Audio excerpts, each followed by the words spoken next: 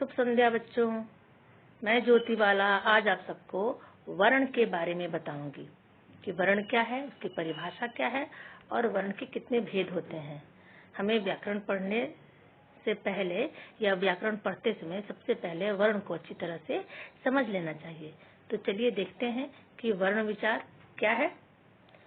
हम लोग वर्ण विचार को देखेंगे, समझेंगे। तो सबसे पहले हम देखेंगे कि वर्ण क्या है।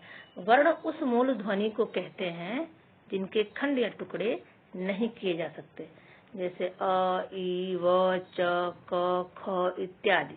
ये सारे वर्ण हैं। वर्ण भाषा की सबसे छोटी इकाई है, इसके और खंड नहीं किए जा सकते। इसका अर्थ ये है कि वर्ण जो है वो भाषा रूपी फैमिली का सबसे छोटा मेंबर है, सबसे छोटी इकाई है, सबसे छोटा अंश है। अब इसको तोड़ा नहीं जा सकता, इसके खंड नहीं किए जा सकते। किसके? वर्ण के। सबसे छोटी इकाई है, इसका खंड नहीं किया जा सकता, उसे हम वर्ण कहते हैं। ठीक है। अब देखते हैं कि वर्णमाला किसे कहते हैं। वर्णों के समूह को वर्णमाला कहते हैं। जहाँ बहुत सारे वर्ण एक साथ हों उसको वर्णमाला कहते हैं। इसे हम ऐसे भी कह सकते हैं, किसी भाषा के समस्त वर्णों के समूह को वर्णमाला कहते हैं। प्रत्येक भाषा की अपनी वर्णमाला होती है। जैसे हिंदी भाषा की भी वर्णमाला है। तो हम देखेंगे कि हिंदी भाषा की जो वर्णमाला है वो क्या है। यहाँ देखिए, किसी भाषा के वर्णों के क्रमबद्ध समूह को वर्णमाला कहते हैं, मतलब क्रम से सीक्वेंस वाइज सजे रहे वर्ण जहाँ, उसको वर्णमाला कहते हैं। हिंदी की वर्णमाला इस प्रकार है। देखिए, स्वर वर्ण आते हैं और व्यंजन वर्ण इसमें आते हैं।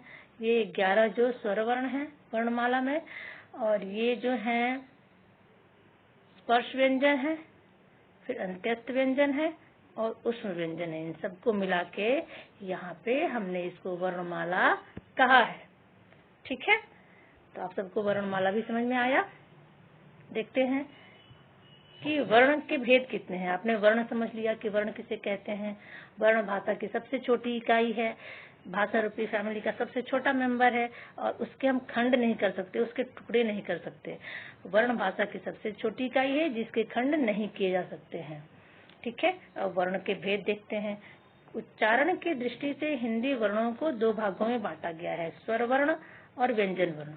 देखिए, यहाँ पे वर्णमाला के जो भेद हैं, स्वर और व्यंजन दोनों होते हैं। ठीक है। वर्ण के जो भेद हैं, हम लोग एक एक करके इसको पढ़ेंगे। पहले स्वर वर्ण को पढ़ेंगे, उसके बाद व्यंजन वर्ण को पढ़ेंगे। तो चलिए देखते हैं स्वर वर्ण क्या है। जिन वर्णों का उच्चारण बिना किसी अवरोध के तथा बिना किसी दूसरे वर्ण की सहायता से होता है उन्हें स्वर वर्ण कहते हैं। ऐसे वर्ण जिनका उच्चारण, जिनको बोलने में किसी के सहायता की जरूरत नहीं होती है, आवश्यकता नहीं पड़ती है, उसे हम स्वर वर्ण कहते हैं। वो बिना रुकावट के स्वतः खुद स्वयं मुख से बाहर निकल जाते हैं, स्वतंत्र रूप से मुख से बाहर निकलते हैं, उन्हें हम स्वर वर्ण कहते हैं। इन्हें स्वरों को स्वतंत्र वर्ण भी कहते हैं। ठीक है। अब देखिए, स्वर वर्णों के उच्चारण में किसी अन्य वर्ण की सहायता नहीं लेनी पड़ती। आप सबको स्पष्ट रूप से समझ में आ गया है कि वैसे वर्ण जो बिना किसी के हेल्प के बोले जा सकते हैं उनको हम स्वर वर्ण कहते हैं। अब इम्पोर्टेंट ये है कि स्वर वर्ण की संख्या कितनी होती है। तो यहाँ देखिए, स्वर वर्णों की संख्या 11 है। ठीक है। कौन कौन से हैं, हम लोग इसको उच्चारण के माध्यम से समझेंगे। स्वर वर्णों की जो संख्या है 11 है। कौन कौन है? अ, आ, इ, ई, उ, ऊ, री, ए, ऐ, ओ, औ। ये जो 11 स्वर हैं, तो आपको समझ में आ गया कि स्वर वर्णों की संख्या कितनी है? 11 है। ये मोस्ट इम्पोर्टेंट है। आप इन स्वर वर्णों को उच्चारण के साथ याद कर लेंगे, किस तरह से उसे हम उच्चरित कर सकते हैं। आगे देखते हैं। स्वर वर्ण समझने के बाद स्वर के भेद कितने होते हैं। तो देखिए, यहाँ लिखा हुआ है स्वर के 3 भेद हैं, ह्रस्व स्वर, दीर्घ स्वर और प्लुत स्वर। इन तीनों भेदों के नाम आप याद कर लेंगे, ह्रस्व स्वर, दीर्घ स्वर और प्लुत स्वर। बच्चों, हम लोग इसको एक एक करके पढ़ेंगे। सबसे पहले हम पढ़ेंगे ह्रस्व स्वर क्या है। तो आइए देखते हैं ह्रस्व स्वर किसे कहते हैं। समझना बहुत ही आसान है अगर आपने एक बार इसको अच्छे से समझ लिया। देखिए, सबसे पहले हम ह्रस्व स्वर के बारे में पढ़ेंगे। ह्रस्व स्वर क्या है?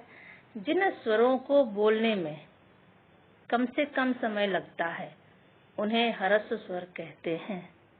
जिनके उच्चारण में कम से कम समय लगे उन्हें ह्रस्व स्वर कहते हैं। ये संख्या में कितने होते हैं? ये संख्या में 4 होते हैं। कौन कौन से? अ, ह्रस्व ई, ह्रस्व उ और री। कितना आसान है याद करना इसको। 4 ही है संख्या में। इसको आप याद कर लेंगे तो आपके लिए बहुत अच्छा रहेगा। ठीक है। जिन स्वरों को बोलने में कम से कम समय लगे, इम्पोर्टेंट चीज याद करिए। वैसे स्वर वर्ण जिनको बोलने में कम से कम एकदम थोड़ा समय लगता है उनको ह्रस्व स्वर कहते हैं। और ये संख्या में 4 है। अ, ह्रस्व ई, ह्रस्व उ और री। तो बच्चों, इन चारों ह्रस्व स्वरों को आप याद कर लेंगे तो ज्यादा अच्छा रहेगा। आइए देखते हैं हम लोग दूसरा जो स्वर वर्ण है उसके बारे में पढ़ेंगे। दूसरा स्वर वर्ण है दीर्घ स्वर। अब दीर्घ स्वर किसे कहते हैं?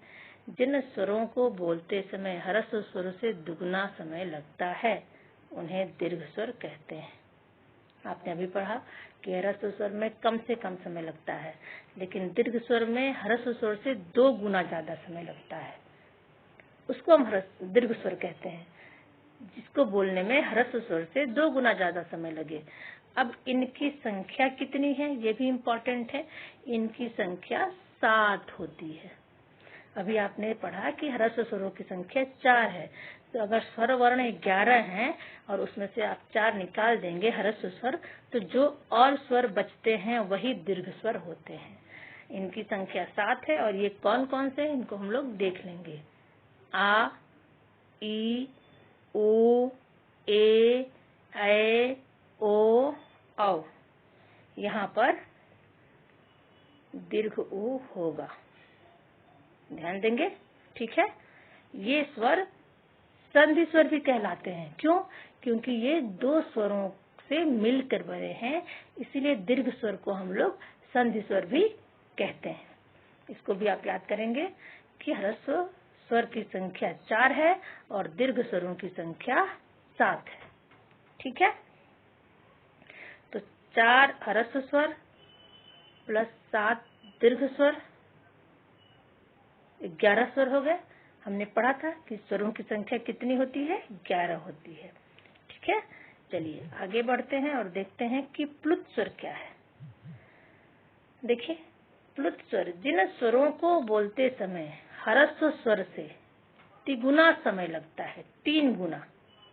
वैसे स्वर जिनको बोलते समय ह्रस्व स्वर से 3 गुना समय लगे। अभी हमने पढ़ा कि दीर्घ स्वर में 2 गुना समय लगता है, लेकिन प्लुत स्वर में कितना समय लगता है? तिगुना समय लगता है, 3 गुना समय लगता है। उन्हें हम प्लुत स्वर कहते हैं। दीर्घ स्वरों को बोलने में अधिक समय लगाकर प्लुत स्वर बनाया जाता है। जैसे दीर्घ स्वर जब बोलते हैं तो उसमें ह्रस्व स्वर से 2 गुना समय लगता है, उसमें और थोड़ा सा समय लगाकर हम प्लुत स्वर का निर्माण भी करते हैं। जैसे हम बोलते हैं ओम। ओम प्लुत स्वर है। उसका उच्चारण कैसे करते हैं? ओम। तो ओम को बोलने में हमने ओ को प्लुत बनाया है। ओ को हमने लंबा खींचा है, ज्यादा समय लिया है, इसीलिए 3 गुना समय लिया है, इसीलिए ये प्लुत स्वर है। तो बच्चों, आपको स्पष्ट रूप से समझ में आया होगा कि ह्रस्व स्वर से 3 गुना समय लेकर उच्चारण करने वाले स्वरों को प्लुत स्वर कहते हैं। वैसे स्वर जिनके उच्चारण में या जिनको बोलते समय ह्रस्व स्वर से तिगुना समय लगता है उन्हें प्लुत स्वर कहते हैं। आपको बहुत ही अच्छे से समझ में आ गया होगा प्लुत स्वर भी क्या है। अब एक और इम्पोर्टेंट चीज यहाँ देखते हैं, अयोगवा। ठीक है। हमने देखा कि स्वर वर्णों में 11 स्वर है। 11 स्वरों में आपने कौन कौन से स्वर पढ़े? अ, आ, ई, उ, री, ए, ऐ, ओ, औ। दो और इसमें वर्ण हैं अंग और अह, जो ना तो स्वर है और ना ही व्यंजन है, इसीलिए इनको अयोगवा कहा जाता है। देखते हैं हिंदी वर्णमाला में प्रायः स्वरों के साथ